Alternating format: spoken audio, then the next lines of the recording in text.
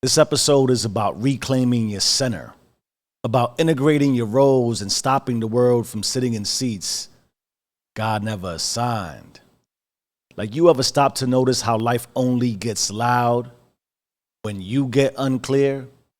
How everything starts pulling on you at once, trying to name you, shape you, claim you.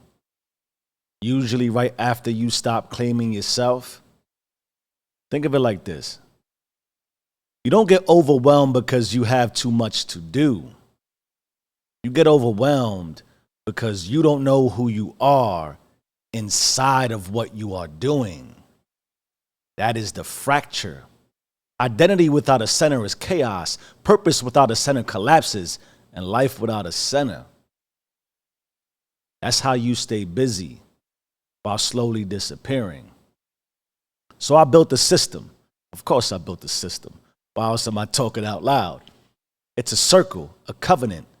I call it the role integration protocol. And if it's not in the circle, it rests in peace. So let me rip my soul open for you, man. Here's my confession. Now, I didn't always move like this. And actually reflecting on this version of me causes me a lot of pain. Because I used to be the guy who treated every demand like it deserved access just because it asked.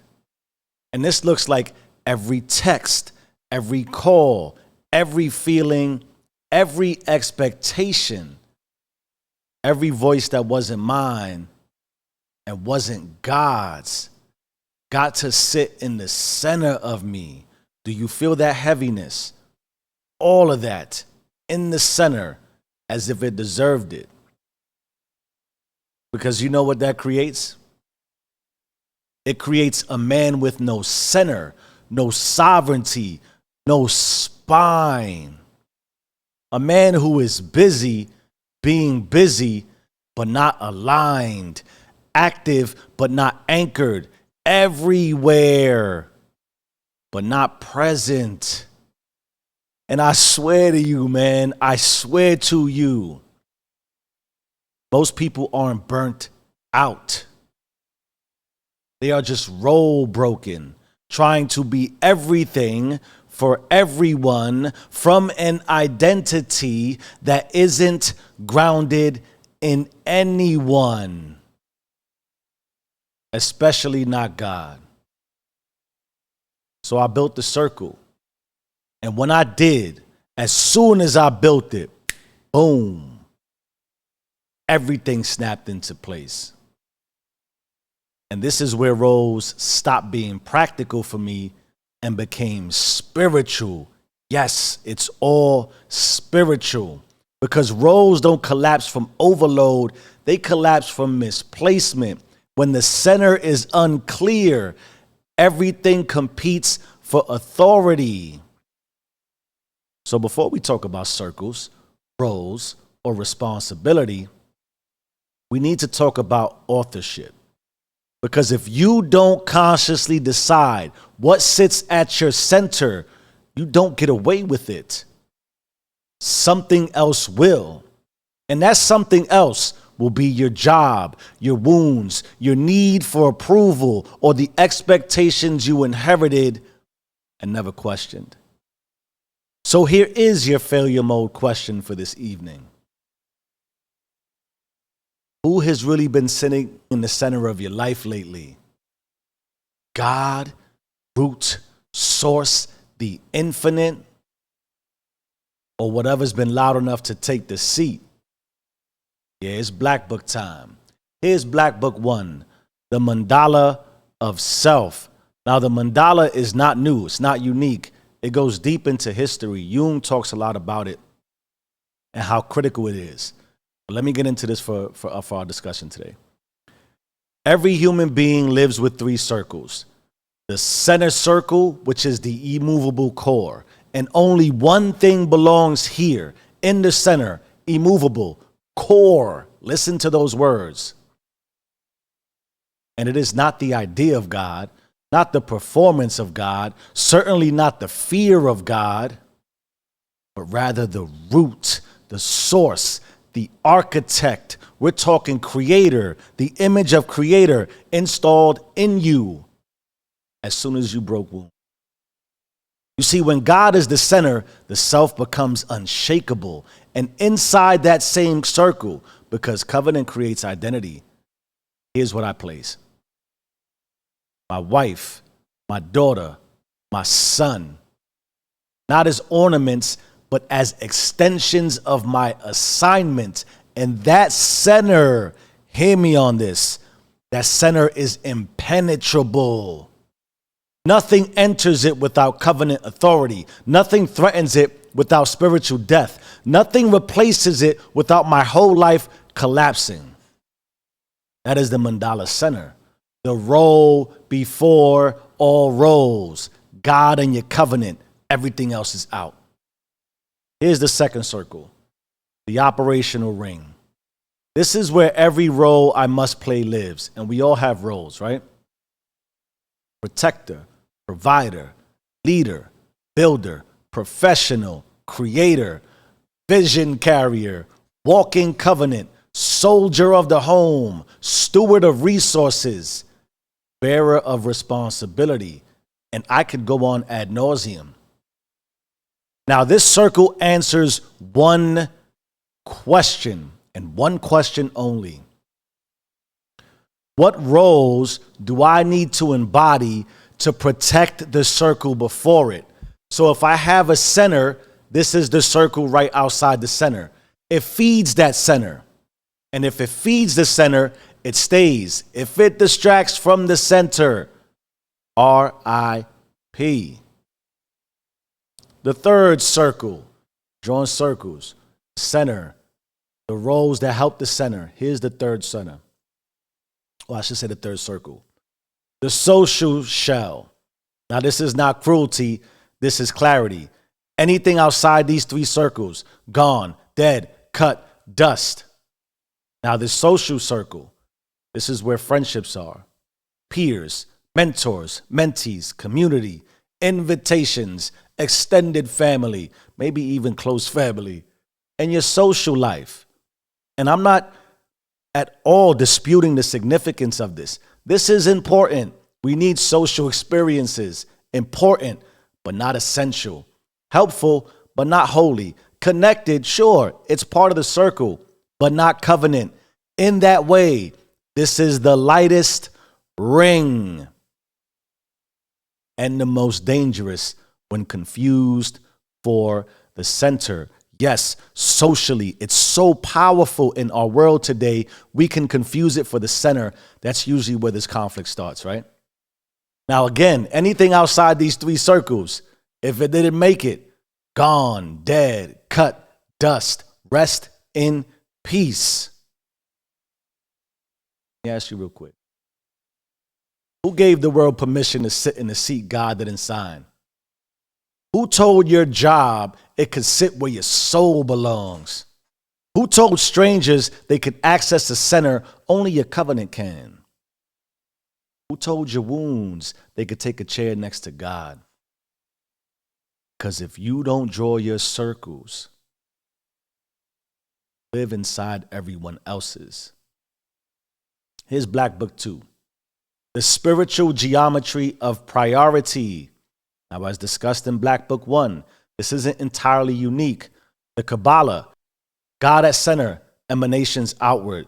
The Mandala is the divine nucleus, symbolic rings. Jung, self, persona, collective, cynic, which is more culturally new. Why, how, what? Jesus, God, household, neighbors. But now the RIP protocol is sharper because it integrates. No, that's not my ego speaking. I just believe deeply. Here's what it integrates: identity, covenant, priority, time, purpose, discipline, family, mission, inner fluence. One priority at a time. Time management protocol, spiritual, interoperability, emotional governance, role congruency, God, consciousness, identity. When you do this, the role integration protocol, you create a cosmic chain of command. And when you do this, this is why your life stabilizes.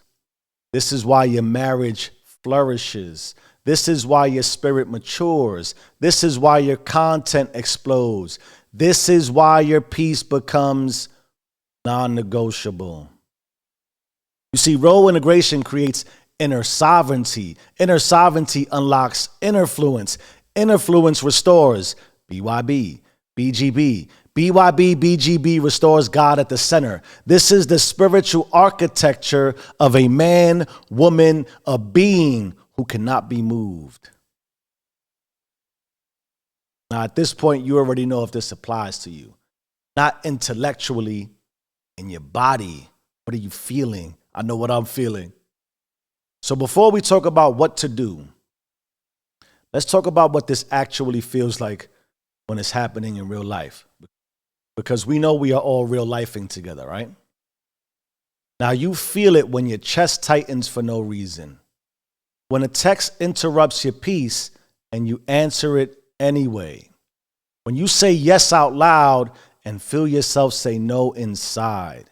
When you are exhausted, not from work, but from being available to everything.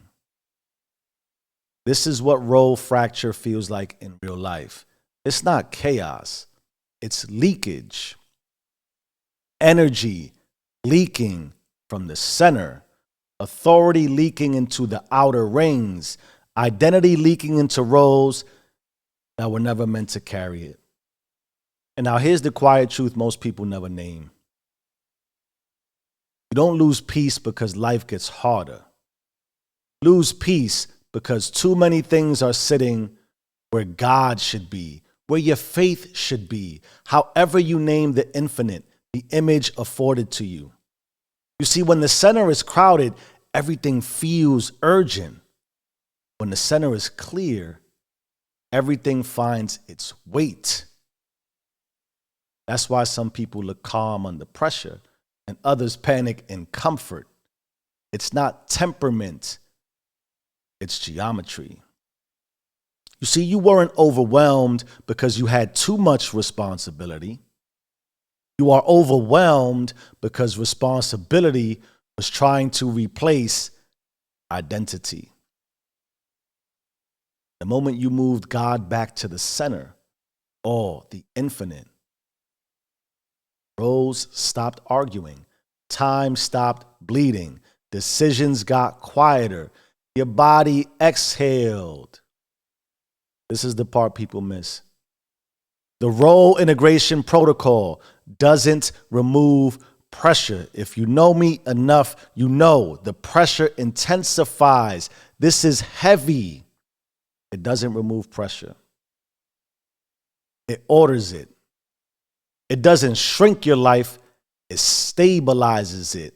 And once the center is sealed, everything outside it finally knows where it belongs. R.I.P. So don't rush this next part. Don't turn it into notes. Don't try to optimize it. Don't answer like you're explaining yourself to someone else. Just let what you felt finish landing. This is our deeper reflection window. And reflection isn't thinking, it's listening to what's already responding inside you. What is responding inside you? Let me ask you slowly. Where in your life did you give center access to something that was never meant to carry that weight? Not because you were weak, but rather because you were unclear. Where are you still negotiating from a role that drains you instead of an identity that anchors you? Who are you arguing with right now that only has power because you invited them too close to the center? And here's the one most people skip. What part of you feels relief at the thought of drawing the circle smaller? Not guilt, not fear, relief. Because relief is how truth signals alignment. Now sit with this. If God were truly back at the center, what would immediately move outward? What would quietly lose its voice? And what would finally be allowed to rest in peace? Don't answer yet. Don't judge. Don't rush. Just notice what your body already knows. And then let's pull this in close together, because none of this means a thing if you can't live it tomorrow, use it in your next argument, hold it in your next moment of fear, or return to it when the world tries to pull you out of yourself. The world does that a lot, right? This isn't philosophy for the bookshelf. This is identity for the battlefield. This is remembrance for the moments that test you. This is architecture you're meant to walk inside of. Yeah, it's time to do what we do. And what we do is to do you. So let's do you, and let's do you together. 5 moves, 1 consciousness, faith meets functionality. We start with disrupt. You're going to want to disrupt the roles, voices, and expectations that were never yours to carry. Not by force, but by remembering what sits in your center and what should have never been allowed near it in the first place. Disrupt that noise. Then you want to own it. Own the circle God assigned you. Own the covenant. Going back to my wife, my daughter, and my son. Own that, right? Own the identity that flows from the center outward, not the chaos that flows from the world inward. Own that. Then you want to yield.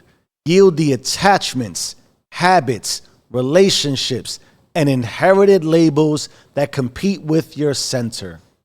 Yield the urge to people please. Yield the impulse to play roles that violate your own design. And you want to observe. Observe what drains you versus what builds you. This shows up when your calendar is full, but your presence is empty. Observe where your time leaks. Observe which environment fractures your roles and which environments reinforce them. Then you want to unleash. Unleash the integrated self. The man or woman who knows his or her center. The man or woman who guards his rings. The man or woman who moves through the world aligned, prioritized, spiritually interoperable, and unshakable. This is how you rebuild your life from the center out. This is how you bring you back. This is how you bring God back. Those are your 5 moves. That's your 1 consciousness. My beautiful community of influencers, you are all in my center. This movement is part of my center. It feeds all my centers, right? Now, in our final moments together, let me slow this down because this one carries weight. A centered life is not a busy life. It is a governed one. Peace doesn't come from doing less. It comes from knowing who you are inside what you are doing. When God is at the center, roles stop fighting each other, time stops leaking, relationships stop demanding what they were never designed to hold. You don't need more capacity. You need clearer placement. You don't need more access. You need stronger boundaries. Don't need a louder world. You need a quieter center. So BYB, bring you back. BGB, bring God back. Because you own it or be owned by it. You either run the system or the system runs you. Change your mind, change your life. I am who I say I am. Do you and stay rich. Damn, that felt good.